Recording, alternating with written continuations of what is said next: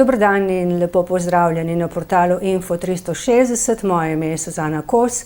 V studio pa smo tokrat povabili dva politična analitika, dr. Mira Hačka z Fakultete za družbene vede in gospoda Bogdana Biščaka, nekdanjega politika. Bili ste v stranki LDS in Zares, bili ste lobist, zdaj ste kolumnist časopisa Dnevnik. Če ste pa še kaj več, pa bomo probali ugotoviti v nadaljevanju. Hvala, ker ste se odzvali vabilu. Gospod Biščak, pred časom ste mi dejali, da bi se vnovič politično angažirali, če bi bilo kaj pametnega na političnem trgu. Nastalo je kar nekaj novih strank, nekatere so še v ustanavljanju. Je kaj pametnega? No, ko sem to rekel, nisem mislil na stranke. Če se prav spomnim, sem govoril o ekipi ljudi, ki bi se angažirala in bi tej ekipi ljudi zaupal, da je sposobna nekaj narediti in da hoče nekaj narediti, in česa takega ni ta trenutek. Se pravi, ne držijo nekatere špekulacije in ugibanja, da ste se vi pridružili krogu Vladimirja Prebiliča? Niti slučajno. Ker nekje je bilo celo, mislim, da sem prebrala, da pišete program za stranko. Ni res to? To sem tudi jaz ne prebral, ampak nekaj novinarjev me je to vprašalo, če drži. Na ta način sem to zvedel, da to nekje piše. Ne, seveda ne. No, v nadaljevanju vam bom prebrala rezultate 3 javnomnenjskih raziskav, pa vaju bom prosila za mnenje, kaj se pravzaprav dogaja, da so številke tako različne. Najprej Nina Media, ki je namerila, v ponedeljek so bile te številke objavljene v časopisu, v katerem objavljate vi vaše kolumne, je namerila SDS-u 15,6%, Gibanju Svoboda 11,1% in demokratom Anžeta Logarja 10,6%.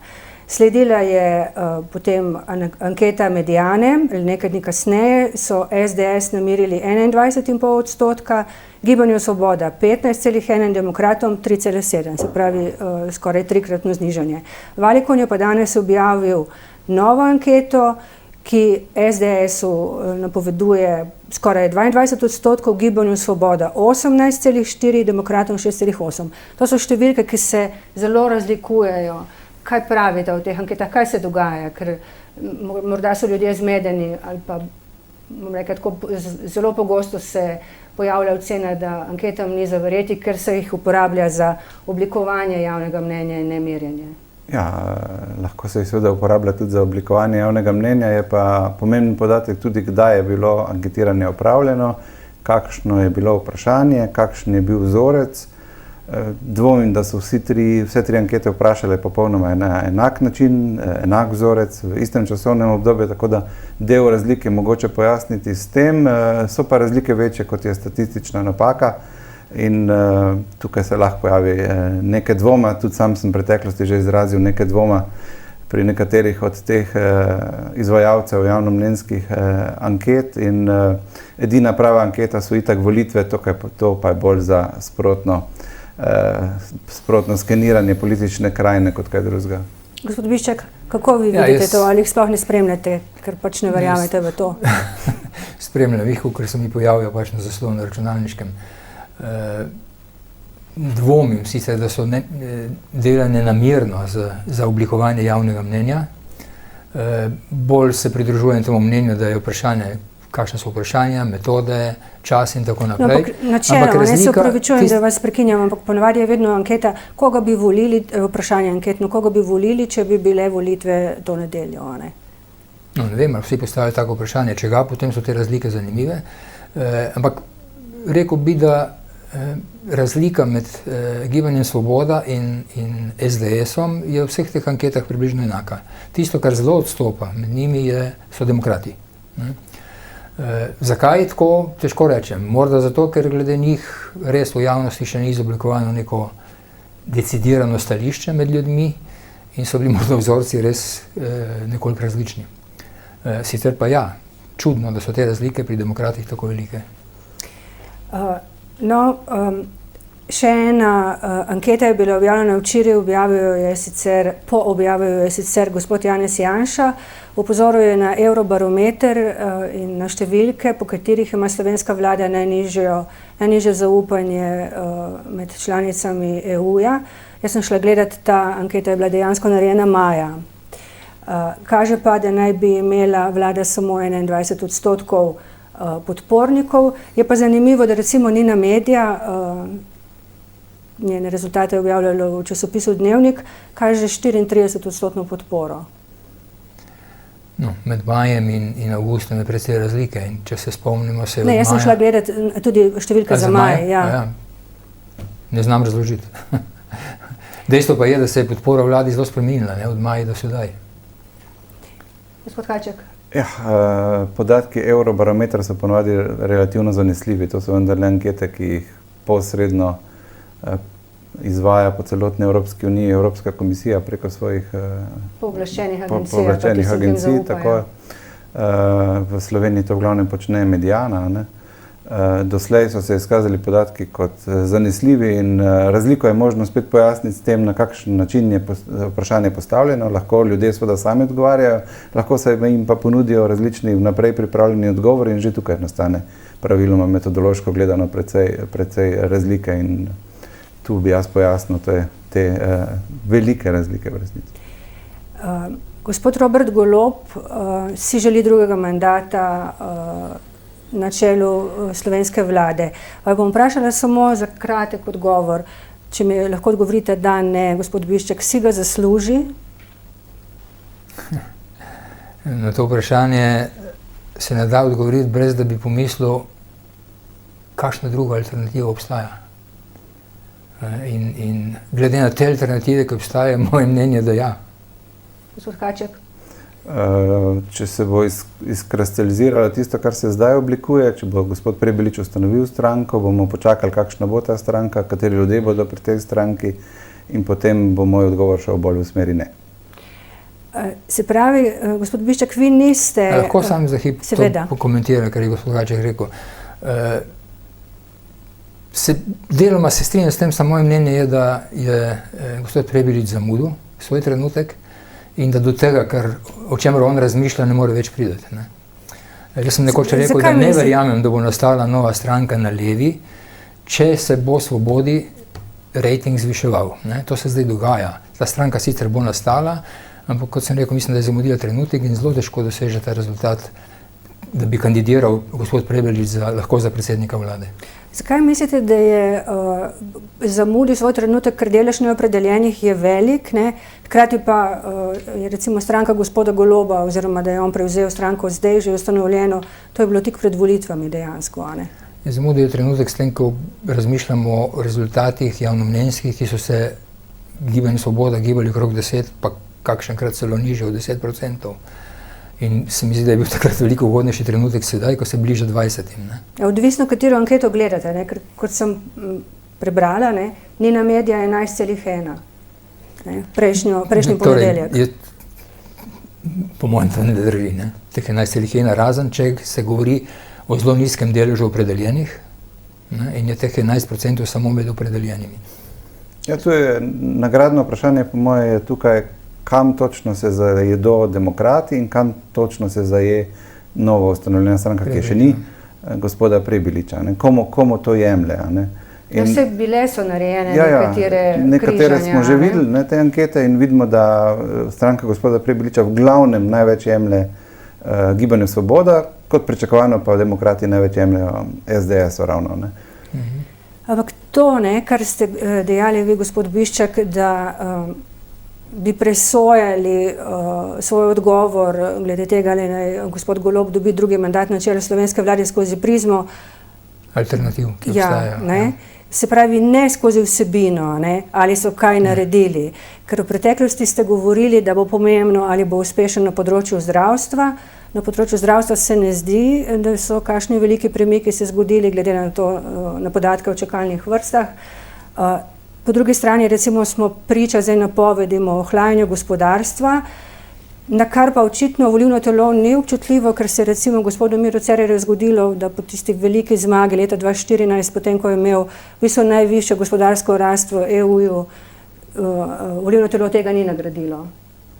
Ja, po mojem mnenju slovensko volilno telo ni zelo odzivno na gospodarske kazalce, tudi ne na napovedi gospodarskih javnopolitičnih ukrepov, tudi ne na napovedi davčnih javnopolitičnih ukrepov, kot smo se naučili leta 2022? Zdravstvo vsi omenjajo v anketah, ne, da je zelo pomembna stvar, ljudje. Ne, na zdravstvu pač ni, tudi to mislite, da ne bo vplivalo na odločanje, ampak bo samo Janša, anti-Janša spet. Ne, mislim, zdravstvo bo vplivalo, ne, ampak ne glede na to, kaj se bo dejansko zgodilo s čakalnimi vrstami, ampak koliko bojo v kampanji in pred kampanjo stranke uspešne v interpretaciji tega, kar se v zdravstvu dogaja. Ker bo seveda vladne stranke govorili o tem, kar so naredile in nekaj so naredile, ne. Res je, da to še ne kaže rezultatov, ne, ampak zmeraj se da govori, da bo pokazalo rezultate. To bo njihova platforma, ne. Kakšna bo nasprotna, vemo, in od uspešnosti teh interpretacij je važno, koliko bo to v resnici vplivalo na rezultate volilne. Ne pa od tega, kar se bo dejansko dogajalo. Se mi zdi, da ste pozabili pri tem, ko pravite uspešnosti interpretacije, omeniti medije. Mediji, vprašanje, kako bodo... Nisem pozabil, mediji bodo seveda vplivali na to interpretacijo. In kako vidite medijski prostor? Kako bo interpretiral? Ne spremljam zelo natančno medijskega prostora, to moram reči. Po mojem mnenju je pač zelo odvisno od tega, o katerem medijskem prostoru govorimo. Kako bodo stranke, mediji, ki so blizu SDS-u to delali, vemo. Te imajo zelo omejen doseg, ne? Ne vem, če je to res. Ne? Predvsem se mi zdi važno, koliko vplivajo na druge medije, o čem poročajo in na kakšen način. Ne? Imajo malo bralcev, ampak je vprašanje, koliko vsi ostali, ne, uporabljajo njihove ugotovitve in dognanja. Tako da mediji bodo vplivali, kako bodo se pa ti, ki jim v Janševih medijih rečejo režimski mediji, se obnašali do vprašanja v zdravstvu, po mojem mnenju tako kot do zdaj, ne, na določen način, do določene mere kritično, do določene mere bodo po vladi priznali, da je potegnila poteze, ki se jih zdaj zadnjih 30 let ni upal nihče. Kakšna pa še manjka, ne? Gospod Haček. Ja, kot vemo, je sprejeta zakonodaja na ta način zastavljena, da bo učinke pokazala šele po volitvah v resnici, ne. Takrat potečejo soglasja večini zdravnikov za delo v zasebnih zavodih in takrat bo videti, kaj se bo v resnici zgodilo. Tako da tu se strinjam, ne, to bo stvar interpretacije tega, kaj se bo šele zgodilo in bo bolj ali manj ugibanja, ne. Bo pa ključno, po mojem mnenju, to, oziroma katere teme bo na eni strani POP TV, na drugi strani pa javna RTV postavlja kot tiste 3-4 ključne v zadnjih 2 tednih predvolilnih soočenj.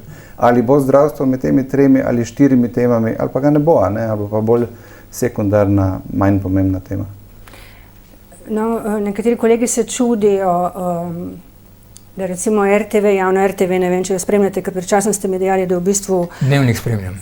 Veliko večino stvari Samo Dnevnik spremljam, drugega ne. Ja. Dnevnik televizijski. Ja. No, ker drugače ste mi rekli pred časom, da v bistvu bolj ali manj na X-u preberete to, kar vas zanima.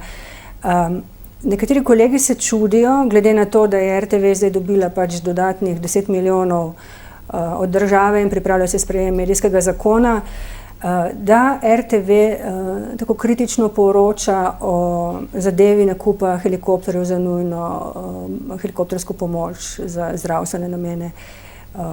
Se vam zdi to, recimo, da bo vplivalo na poročanje medijev, koliko bodo dobili državne pomoči, sheme za pomoč, koliko bo različnih propagandnih sredstev šlo prek različnih teh akcij promocijskih v medije, naprimer na POP TV, ker POP TV mislim, da je eden največjih prejemnikov teh sredstev. Oziroma, da vas vprašam konkretno, ali menite, da bodo skušali vladajoči kupiti medije? A se jih da kupiti? Kaj mislite, po vaših izkušnjah? Jaz o tem dvomim, sicer mislim, da se da na kakšnega posameznika iz vrha teh medijev vplivati. Se o tem govorim, jaz ne govorim o tem, da bi direktno kupovali novinarje, ne? Ja, ampak med temi na vrhu medijev in novinarji ni kar premočrtno razmerje, ne? Tudi sami, ki o tem veste, domnevam. Tako da dvomim, da se to da, no? Dvomim, da se to da v veliki meri, tako da bi v resnici vplivalo na to, kaj se bo recimo zgodilo na volitvah. Gospod Haček, se strinjate? Se deloma strinjam. Menim, da pravzaprav vsaka politika v resnici poskuša vplivati na medije. Jaz mislim, da nismo imeli še vlade, ki ne bi poskušala na tak ali drugačen način vplivati na medije. Zdaj pa vprašanje, koliko je to vlada uspešna, koliko ima na voljo sredstvo za to in koliko najde na drugi strani ugodnih sogovornikov, kjer je to uspe. Deloma se gotovo da vplivati na medije. Na Pop TV je nedavno sklenil pogodbo, oziroma podaljšal pogodbo. Če je ne bi najbrž se znalo zgoditi, da bi se tam zgodile kakšne spremembe. Zdaj jo je, najbrž teh sprememb bo manj ali pa jih ne bo. Tako da realno stanje, vsakdanje stanje gotovo vpliva na medijsko poročanje. Upam pa, da v čim manjši meri in da profesionalna raven ostaja na neki ravni. No, zagotovo interesi lastnikov vplivajo tudi na uredniško politiko, to je pač dejstvo, tudi če se tega nihče ne želi dotakniti. To velja tudi za vaš medij? Za nas medij ne, za naš medij ne. Mogoče pa za kakšnega, vsaj ne še, mogoče za kakšnega v preteklosti, ker sem delala, pa zagotovo da. Ne. Še eno vprašanje imam na temo vsebine, o čem se bo govorilo zdaj v prihodnjih mesecih. Pričakovati je, da bojo stranke začele že zdaj z jesenjo nagovarjati pospešeno volivce. Kolikšen je po vašem mnenju pomen korupcije? Gledala sem preomenjeni barometer. Pri nas se, mislim, da 87% 84% anketirali so podjetja s sedežem v EU, zdi korupcija velika težava, kar je precej nad povprečjem EU, kar je 64. Miro Cerar je dobil volitve tudi, bi rekla, s tem, da je govoril, da bo nekoruptivno deloval. Zdaj korupcije se je prijel gospod Anže Logar v svojem programu. Včeraj sem govorila z enim od predstavnikov ene od strank, ki pa pravi, da v bistvu se s tem nima smisla ukvarjati, ker ljudje imajo itak percepcijo, da so vsi politiki isti, torej koruptivni. Ste vi? Po mojem mnenju je stvar takšna, da Eurobarometer enkrat na leto vpraša ljudi tudi, koliko ste vi osebno v stiku z korupcijo oziroma koruptivnimi dejanji, in tudi tam smo na vrhu v resnici. Ljudje priznajo, da pridejo v situacije, kjer prihaja do korupcije, tako da bi lahko sklepali, da smo Slovenci relativno neobčutljivi na to vprašanje, nažalost, ali pa smo postali neobčutljivi na to vprašanje, in tukaj je tudi treba pošteno povedati, da pravzaprav vsaka vlada je napovedovala boj proti korupciji in tudi vsaka vlada je tukaj ni uspela na tem področju. Tako prejšnja kot ta vlada tukaj veliko nista storili, se bi pa dali gotovo storiti veliko več, in to je podatek, ki nam ni prav zelo v čast. No, saj lahko povem, gospod Vrtovec, ki ne bi prevzel vodenje NSi, je rekel, da so ugotovili, da se ne splača s to temo ukvarjati. Oni bo zdaj naslavljali, mislim, da pospešeno Rome, pa tudi migracije. Pa še s to temo se splača ukvarjati v primeru, da se zgodi nekaj, kar je splošno sprejeto kot korupcijsko v času okrog volitev. Sicer bo pozabljeno, iz razlogov, ki jih je povedal gospod Haček. Jaz se sicer spomnim enega razgovora z gospodom Kosom, ker mi je povedal, da je približno isti procent ljudi mnenja, to je sicer 20 let nazaj, da se razumemo, približno isti procent... Govorite o Dragu Kosu, s katerim ste prijatelji. Isti procent ljudi mnenja, da je korupcije veliko, kot procent ljudi, ki pravi, da nima stika s korupcijo. On osebno nikoli. Tako da je ta percepcija je po mojem veliki meri odvisna od tega, kako se mediji do nje obnašajo in spremljajo. Ne vem, kako je v drugih državah, kar se tega tiče. V zadnjih dneh se mediji zelo veliko ukvarjajo z nakupom helikopterjev, 2 helikopterjev za nujno helikoptersko pomoč. Ali menite, da bi si, glede na to, kar vesta, mislim, za gospoda Hačka vem, da pozorno spremlja medije, vse takšen občutek imam o tem, kar on objavlja na omrežju X. Ali menite, da si notranji minister Boštjan Poklukar zasluži še 3. interpelacijo? Težko je reči, če si jo zasluži. Najbrž, če si jo zaslužil 1. in 2., si zasluži tudi 3. Ampak, ko bo uspešna, bo pa najbrž ravno to, kot je bila 1. in 2. Tako da... No, 4 poslanci SD-ja so pozvali k razveljavitvi razpisa, ne, pred nekaj dnevi. Drugače, gospod Bišček, še vas prosim za vaše mnenje glede te zadeve in gospoda Boštjana Poklukarja. Ima kar nekaj vprašljivih ali pa medijsko zanimivih tem v tem svojem repertoarju, med drugim tudi zdaj nakup policijskega čolna. Gospod Lindav, Boštjan Lindav je v tem studiu pred, mislim, da 2 tednoma rekel, da sta bili tako prva kot druga interpelacija proti gospodu Poklukarju upravičeni. Kako se pa presoja upravičenost? Glede na to, kar se dogaja s temi interpelacijami, jaz ne vem več, ne? Kako naj bi se to presojalo. Končajo se vse pač glede na razmerje sil v parlamentu. In tudi argumentacije, ki se podajajo, se mi zdijo marsikdaj z obeh strani utemeljene. V tem primeru, ne, se mi zdi predvsem važno, mislim, dejstvo je, da domnevam, no, pa zdi se mi praktično dejstvo, moralo biti, da se on osebno ni ukvarjal z tem razpisom. Ne bi se smel in domnevam, da se ni. Tako da se mi zdi važno, kako bo reagiral na vse, kar je do zdaj prišlo ven, predvsem na te zadnje, ki jih je na RTV Slovenija objavili posnetke, pogovorov, kako se bo do tega obnašal, kako bo reagiral in konec koncev, kaj bo pokazala preiskava, kakršnakoli že bo. Notranja revizija, mislite, da bo kaj pokazala, kakšne nepravilnosti? Nič ne mislim. Ne vem, ali bo ali ne. Po tistem, kar sem gledal, je edina nepravilnost, ki se očita vsemu skupaj, da bo ležišča prečno namesto vzdolžno.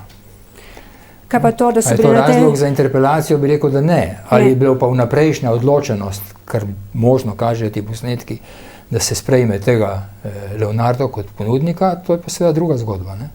No, pa še dejstvo je, da so bili na tem pogovoru nekateri člani, ne, komisije, ki je odločala. Ja, sej, zato je to pomembno, če jih ne bi bilo. Ja. Gospod Kaček? Enako menim, da notranja preiskava ne bo kaj dosti pokazala in da tudi interpretacija v tem primeru prav zelo politično gledano ni smiselna. Omenil sem že gospoda Vrtovca, on bo zdaj prevzel predvidoma, ali pa najverjetneje bo prevzel NSI, vodenje NSI, pri Gibanju Svoboda, ki ima prav tako jeseni volilni kongres, pač ni videti, da bo imel gospod Robert Golob izzivalca. V Levici pa se zna zgoditi, da bi se vrnil na mesto koordinatorja Levice gospod Luka Mesec. Ali menite, da lahko te zamenjave na vrhu Levice in NSI vplivajo kakorkoli na javno mnenjsko podporo? Moje mnenje je, da ne.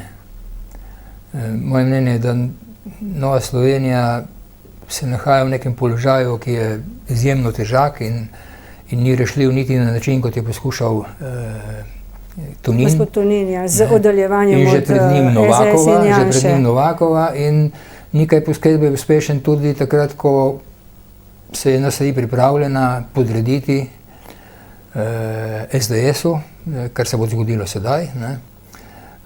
Tako da oni so v resnici bili v nekem izjemno težkem položaju in tudi v prostoru, ki ga izrazito obvladuje Janša in SDS, in prave rešitve za njih ne vidim. Gibali se bodo okrog procentov, okrog katerih se gibljajo že 10-15 let. Zdaj, ali bo to malo više ali malo nižje, ne znam presoditi.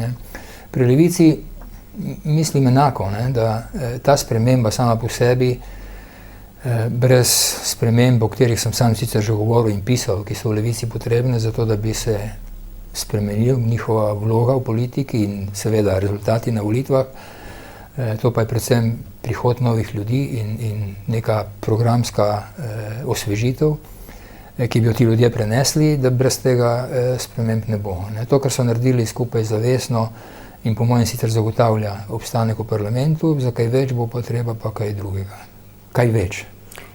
To ste rekli, da bi potrebovala Levica tudi nekega svojega Varufakisa, ne? Večkrat ste to ponovili, ampak se pač na tem področju ni zgodilo nič. Saj ga je težko najti v Sloveniji, če smo čisto pravični, ampak naj ga ustvarijo. Kaček. Ja, se tu lahko sam strinjam. Za NSI, skozi se strinjata. Ja. Za NSI lahko rečemo torej, da se bo približala nazaj SDS-u in gospodu Janezu Janšu, ali kaj? Tudi, če bo to storili, še vedno bo to stranka, ki se bo borila za vstop v parlament in enako velja tudi za Levico. To je boj za preživetje na eni in drugi strani. Zamenjava vodstva sama po sebi ne bo zagotovila preživetja, oboji imajo žal konkurenco, novo konkurenco, ki prihaja, in tudi Novi Sloveniji demokrati nekako odščipnejo lep del podpore, ravno tisto, kar bi potrebovali, da bi malo bolj mirno pričakali parlamentarne volitve, tako da tu bo boj za tistih 4-5%.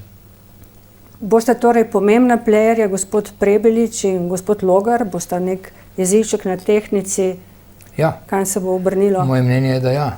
Ne? Sam računam, da boste oba nekje okrog 10%, kaj manj in kaj več, in s tem rezultatom bosta jeziček na tehtnici.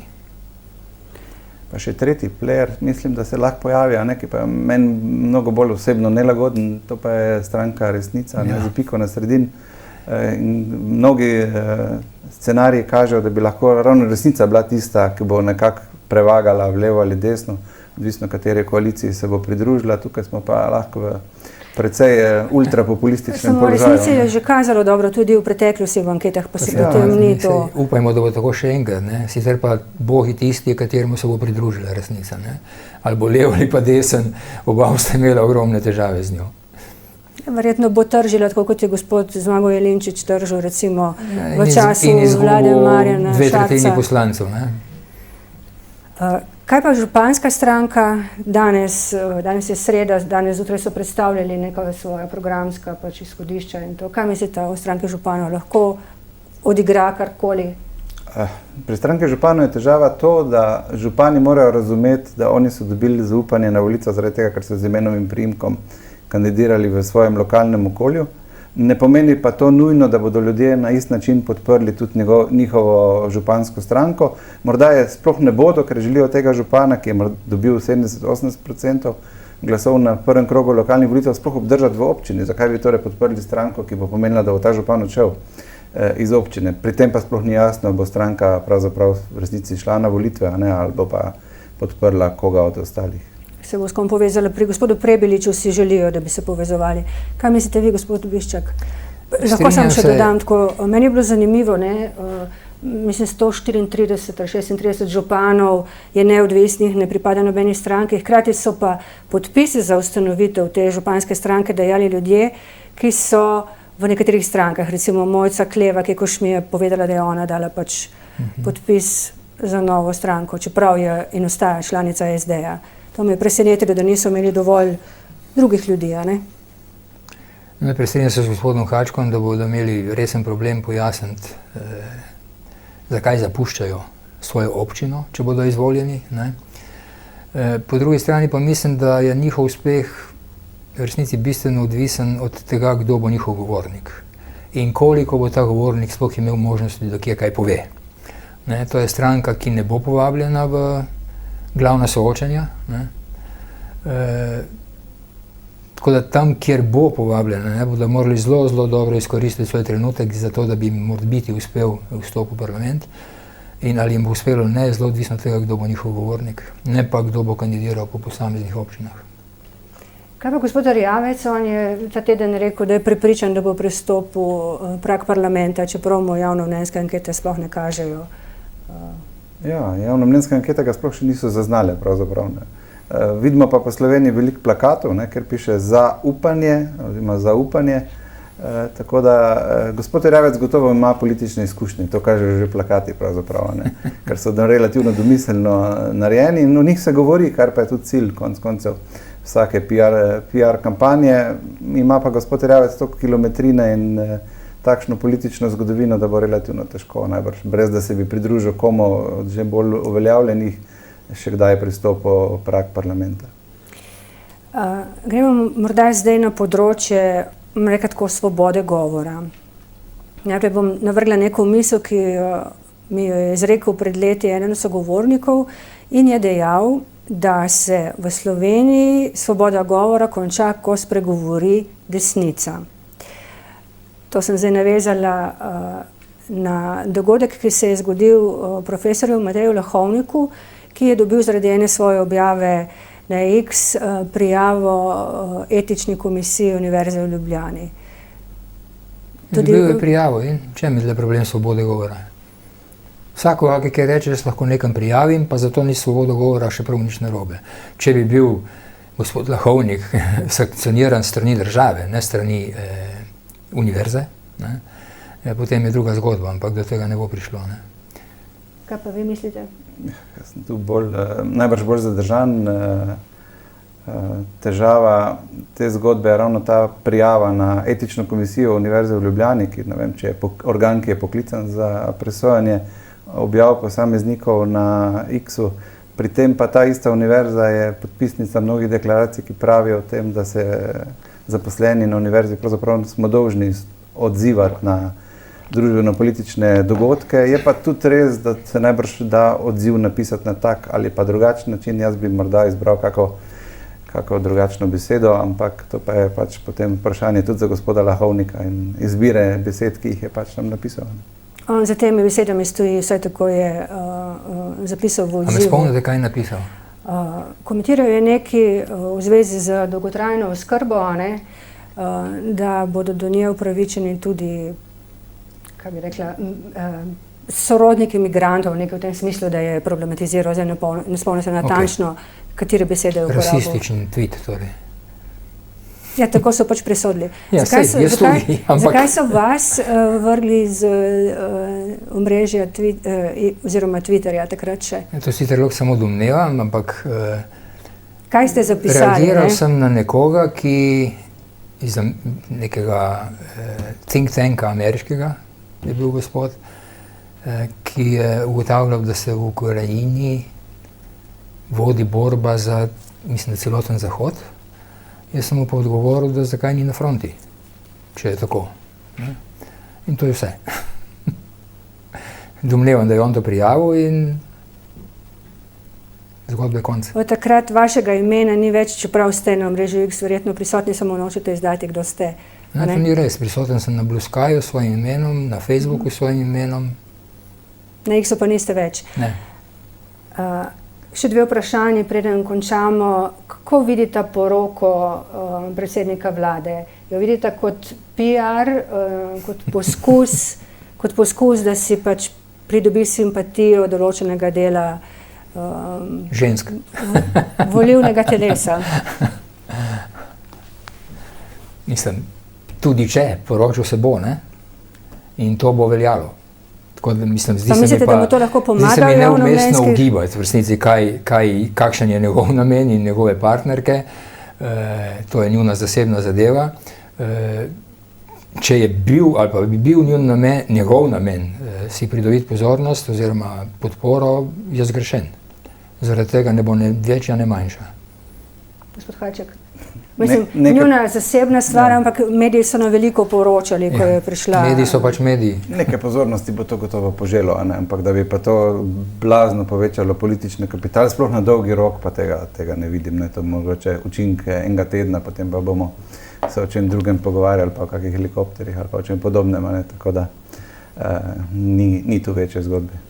Se vam zdi, da ima prave svetovalce za te svoje objave, oglaša se na Instagramu? Meni se recimo zdijo te izjave nezrele in neumne, ne izjave, objave, ne vem, odločam se med sladoledom, korneto in lončku, ali bi jedel napolitanke ali ne vem kaj že. Kakšne svetovalce ima? New Age-ovske, na kratko bi rekel. Mislim, jaz sem verjetno malo konzervativen, kar se tega tiče, tudi glede na svoje leta in glede na to, ker sem v politiki spremljal skozi svoje življenje, zdi se mi popolnoma deplasirano to vrstna PR poskusi. Sej, bom rekel tako, zreli ljudje, zreli volivci ponavadi odločijo volitve, ker jih je na volitvah najstarejših, se udeležujejo. To je poskus nagovarjanja mlajših volivcev, za katere pa vemo, da se praviloma v manjšem obsegu udeležujejo. Volitev bi pa najbrž isti nasvet kot za prejšnjega predsednika vlade tudi za tega veljal, torej čim manj družbenih omrežij, pa rajš kaj bolj resnega. Čeprav gospodu Borutu Pahorju so uspevale njegove nebuloze na... Ne more vsak mu uspevati isto, Karl Erjavec je zapisal, da je teflonski, ne? Naj poskusi kdo drugi biti teflonski, bomo videli, če mu bo uspelo. Karl Erjavec uspeva, ne? Tako da ne veljajo ista pravila za vsakega človeka, ne. Jaz bi sicer, gospod Golob, mislim, da je že kar nekajkrat rekel, da mu je vzor dr. Drnovšek, ne. Jaz bi mu svetoval, naj mu bo tudi glede javnega nastopanja. Se pravi kaj, manj je več? Tako je, ja. Vi tudi? Ja, se strinjam. Zelo ste se strinjala. Zahvaljujem se vam za to, da ste se odzvali našemu vabilu, vam pa hvala za pozornost.